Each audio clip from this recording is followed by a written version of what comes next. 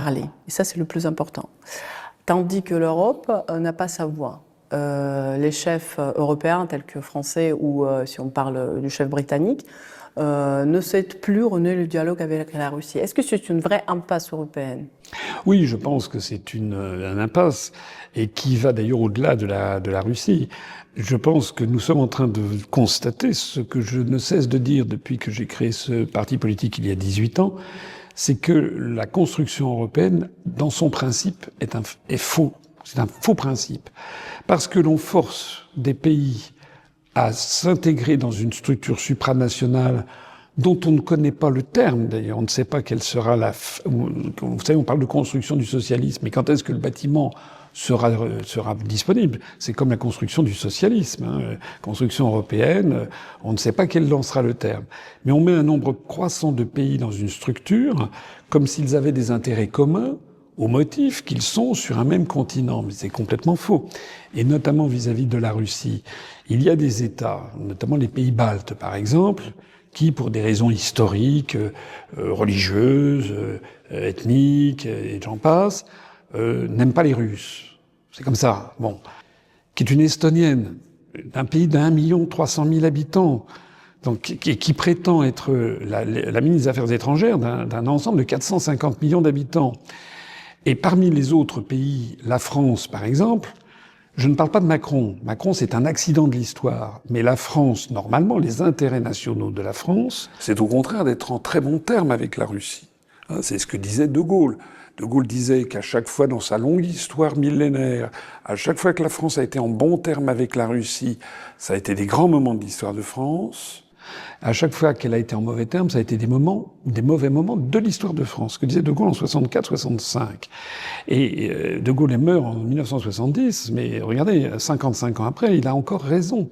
Voilà. Nous, notre intérêt, je ne parle pas de Macron, mais notre intérêt national à nous serait d'avoir des très bonnes relations avec le Kremlin, de telle sorte qu'au moment de cette affaire ukrainienne, la France aurait pu apparaître comme une espèce de nation faisant les bons offices et permettant d'avoir un rôle international, ce que d'ailleurs De Gaulle avait fait. Rappelez-vous par exemple que les négociations de paix entre le Viet Cong et les États-Unis, à la fin de la guerre du Vietnam, se sont tenues à Paris. Parce que toutes les parties trouvaient que finalement la France était le seul pays acceptable. Bon. Malheureusement, nous sommes entrés dans cette construction européenne, qui est une construction idéologique, et où tous les pays tirent à U et à dia. Alors en plus de ça, nous avons un problème en France particulier, c'est que le président de la République, Emmanuel Macron, en fait, ne représente pas les intérêts de la France, ni les intérêts du peuple français, il représente les intérêts de l'oligarchie qui l'a catapulté au pouvoir en mettant sous le boisseau l'ensemble des médias et des instituts de sondage. Donc, tout le monde sait que Macron a bénéficié d'avantages outrageants en matière électorale, et que beaucoup de Français se sont laissés un peu duper en votant pour Macron. Et en ce moment, nous assistons en France à une propagande d'État comme je n'ai rarement vu, peut-être même jamais vu depuis que je suis né. Je n'ai jamais vu ça. Un tel bourrage de crâne anti-russe pour assouvir les intérêts, même pas de Macron, mais des gens qui sont derrière Macron, en fait. Mais vous voyez bien que ce que l'on constate aujourd'hui, c'est que Macron est en train de faire la preuve du contraire de ce qu'il voulait prouver. Il a proposé une défense européenne, mais parmi les 27 États de l'Union européenne, vous avez ce que j'appelle des États fous furieux, enfin des dirigeants fous furieux. Il y a Macron, il y a Mme Kaja Kallas, qui sont dans cet État. Mais vous avez d'autres pays, d'autres chefs d'État ou de gouvernement qui, eux, sont dans une position totalement différente. La Hongrie de Viktor Orban, la Slovaquie de M. Robert Fico, même l'Espagne et le Portugal sont très hostiles au caractère belliciste de l'Estonie ou de la France. Madame Mélanie elle-même essaye de rester en bons termes un peu avec Moscou, un peu avec Washington, et elle a dit par exemple qu'il était hors de question qu'elle envoie des troupes en Ukraine. De telle sorte que Macron, qui prétendait faire une défense européenne, il est obligé de se tourner vers le Royaume-Uni. Or, le Royaume-Uni n'est plus dans l'Union européenne, et Macron nous disait il y a quelques années que le Royaume-Uni s'effondrerait, mais il est obligé de se tourner aussi vers le Canada, ou vers la Turquie, ce qui signifie que Macron est en train d'expliquer, à son corps défendant, que le concept de défense européenne, ça ne marche pas. C'est ça qui est intéressant. Alors tout ça est perclus de contradictions, avec des chefs d'État et de gouvernement qui ne vérifient pas s'ils ont l'accord du peuple. Par exemple, en France, je suis persuadé que s'il y avait un référendum en France en ce moment sur la position de la France, il y aurait une majorité de Français qui seraient contre l'engagement de soldats français en Ukraine. Donc on est dans une espèce de semi-dictature. Voilà, on est dans une construction idéologique qui, à mon avis, est entrée en phase terminale, puisqu'on n'en comprend plus l'objectif, elle est percluse de contradictions, les résultats économiques sont effroyables, le niveau de vie des gens s'effondre, elle perd en influence, ça ressemble à la fin de la construction du socialisme. Dans ce contexte-là, imaginons, s'il n'y a pas de Frexit dans les années à venir, comment voyez-vous justement le futur de l'Union européenne, puisque, comme vous dites vous-même, les leaders ne sont pas d'accord sur des sujets majeurs? Alors ça peut durer encore quelque temps. Moi, personnellement, j'ai créé un parti politique il y a 18 ans pour dire que de toute façon, ça finira par exploser. Bon. Et simplement, c'est comme dans les Saintes Écritures. Nul ne sait le jour ni l'heure. Voilà. Ça peut être dans 6 mois, dans 5 ans, dans 15 ans. Bon. Ce système ne pourra pas durer. Voilà. On en voit tous les prémices et c'est ce que je viens de dire. Donc ce qui peut se passer, c'est que ça peut durer encore quelques temps, mais il y a des phénomènes de désagrégation importants. Et il y a d'abord et avant tout le problème économique et financier. La France, elle est au bord de la ruine. C'est vraiment très grave ce qui se passe en France. Macron, qui a vraiment, on se demande s'il l'a fait exprès ou pas, mais il a placé la France dans une situation financière absolument épouvantable. Et on en est maintenant, bientôt le premier budget de l'État, ça va être les remboursements des intérêts, même pas du capital, et on continue à s'endetter. De telle sorte qu'il est possible que des agences de notation américaines, Standard & Poor's ou Moody's, dans 6 mois, dans 1 an, déclassifie la France, qui déjà a double A-, et le passe en A+. Alors c'est des choses techniques, mais qu'il faut que les gens qui s'intéressent au vrai sujet aient bien à l'esprit, parce que si on passe de double A- à A+, il y a aussitôt des quantités d'investisseurs internationaux, des fonds d'investissement américains, qui ne pourront plus acheter de la dette française parce que, pour des questions de solvabilité, des lignes fixées par leur conseil d'administration, ou bien par tout simplement leur ratio de solvabilité, vont décider de ne plus acheter les créances d'un État qui n'est plus coté au moins double A-. Donc la France va se retrouver dans une situation, il n'est pas exclu qu'on soit bientôt placé sous la tutelle du Fonds monétaire international, qu'on soit obligé de vendre. Donc je pense que la France en particulier va vers des graves événements politiques, économiques et financiers.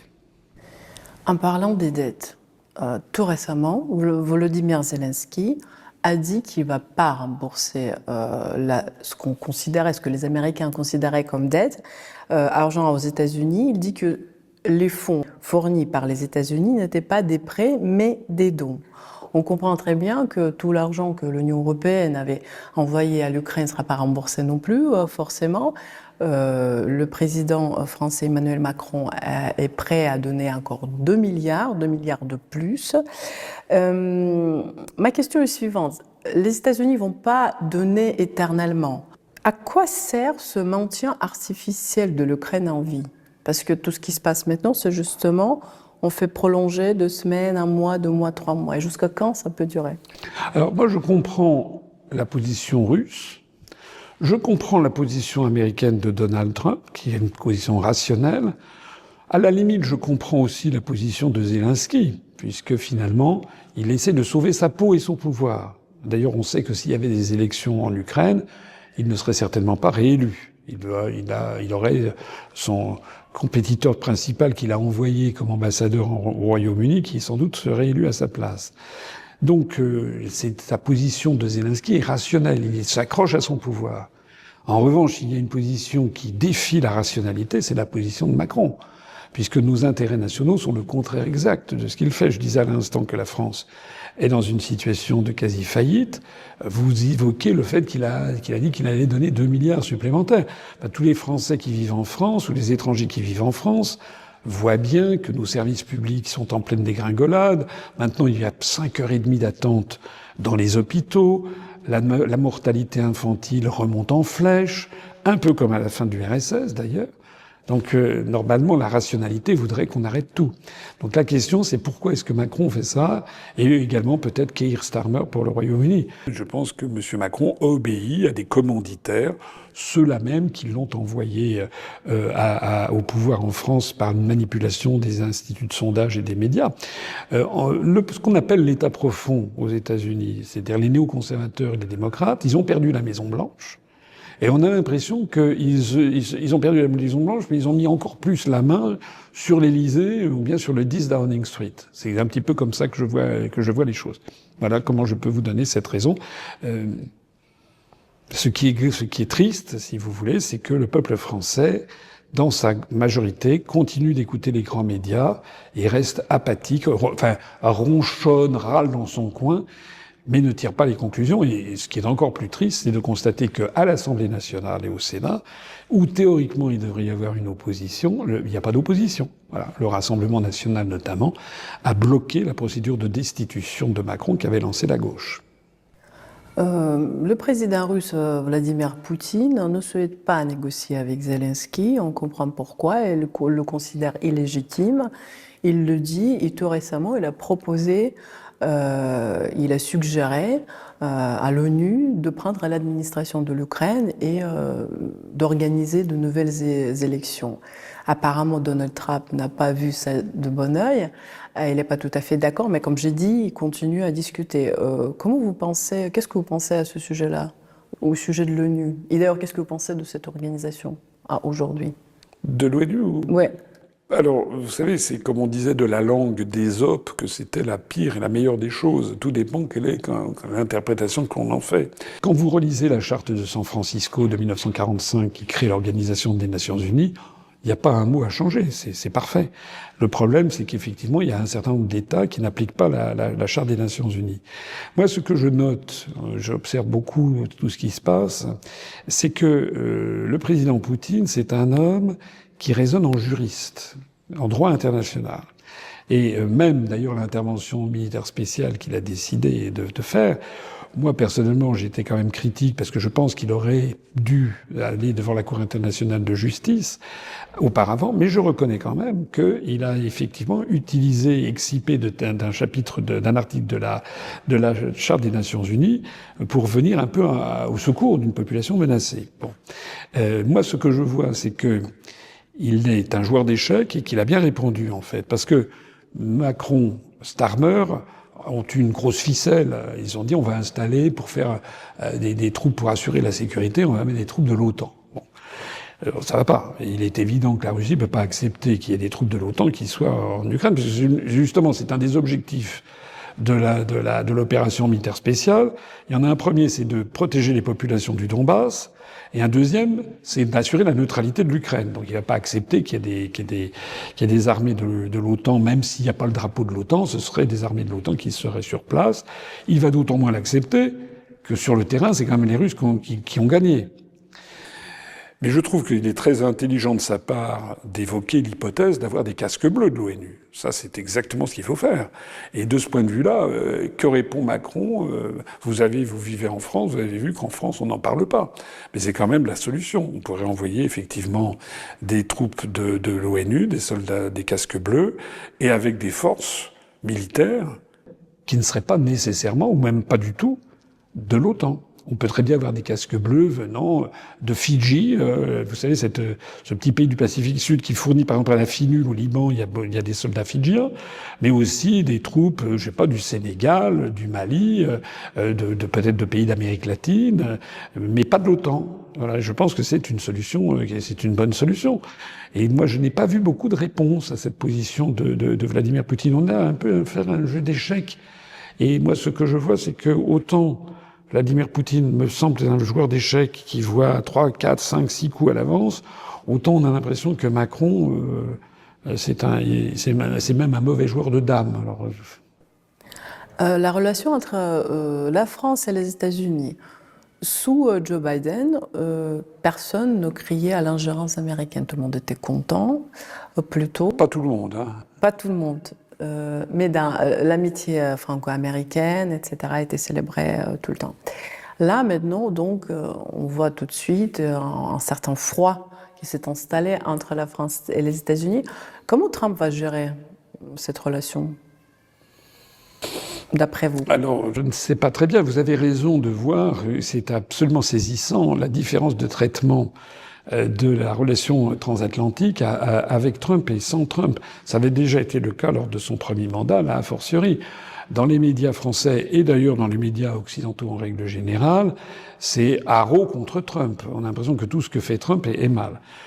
Si vous voulez le fond de ma pensée, je trouve que moi, personnellement, je me suis réjoui que Trump soit élu plutôt que Madame Kamala Harris, parce que Kamala Harris, c'était l'État profond directement. Lui, à l'évidence, on voit bien qu'il n'était pas désiré par l'État profond.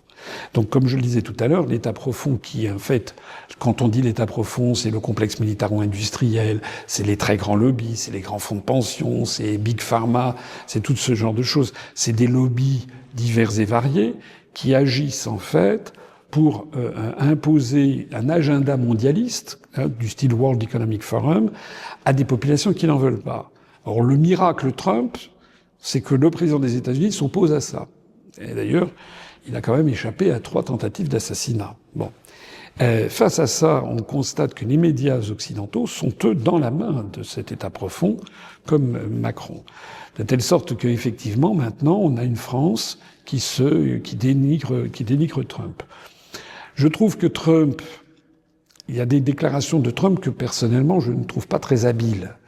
Voilà, je pense que compte tenu de la situation politique actuelle au niveau mondial, il aurait pu se passer de dire qu'il voulait mettre la main sur le canal de Panama, ou qu'il voulait mettre la main sur le Canada, ou qu'il voulait mettre la main sur le Groenland. Ce sont quand même des sujets.